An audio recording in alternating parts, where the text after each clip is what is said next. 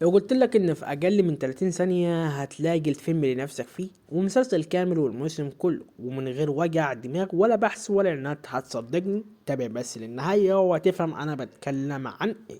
بص يا صاحبي، احنا في 2025 ولسه في ناس بتفضل تلف على 5 4 مواقع علشان تسأل هو فين الحلقة دي، فين الموسم ده، فين الجودة الكويسة دي، بدل ما تنتقل بين 10 مواقع. في تطبيق واحد عامل حركة ذكية جدا، مش منصة، مش سيرفر، مش حقوق، لا ده هو منظم محتوى ذكي بيجمع على كل حاجة من الانترنت في مكان واحد بس. التطبيق ده اسمه شاهد بوكس، والحركة اللي عملها هي عبقرية فعلا.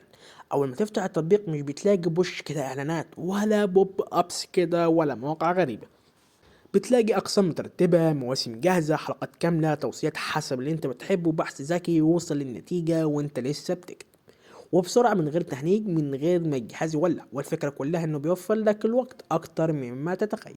خليني اقول لك مشهد من حياتك، انت داخل تتفرج على مسلسل، تلاقي حلقة الرابعة مش شغالة وتفضل تبحث وتدور وتتوه وتتعصب.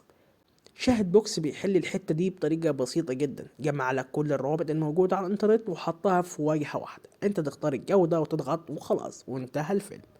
ده غير ان التطبيق خفيف جدا، ما بيعلكش ولا بيستهلكش باقة، وكل يوم فيه تحديثات جديدة. وطبعا واجهة بسيطة، سريع جدا بدون اعلانات مزعجة، بيجمع لك محتوى من الانترنت ويعرضه بشكل منظم، بحث احترافي اكتر من جودة، شغال على اغلب الاجهزة، تحديث يومي للمحتوى. ومش بس كده، التطبيق بيقترح لك حاجات ممكن تناسبك، كأنك قاعد مع واحد صاحبك بيفهمك ويقول لك جرب ده هيعجب. وانا دايما بحب اقدم لكم حاجات تستاهل وقتكم، وده بصراحة واحد من اكتر التطبيقات اللي تستاهل عليك حياتك. ولو بتحب تتفرج بذكاء ومش عايز تضيع وقت في اللف والدوران، رابط التطبيق تحت في وصفه وادخل حمله وجربه.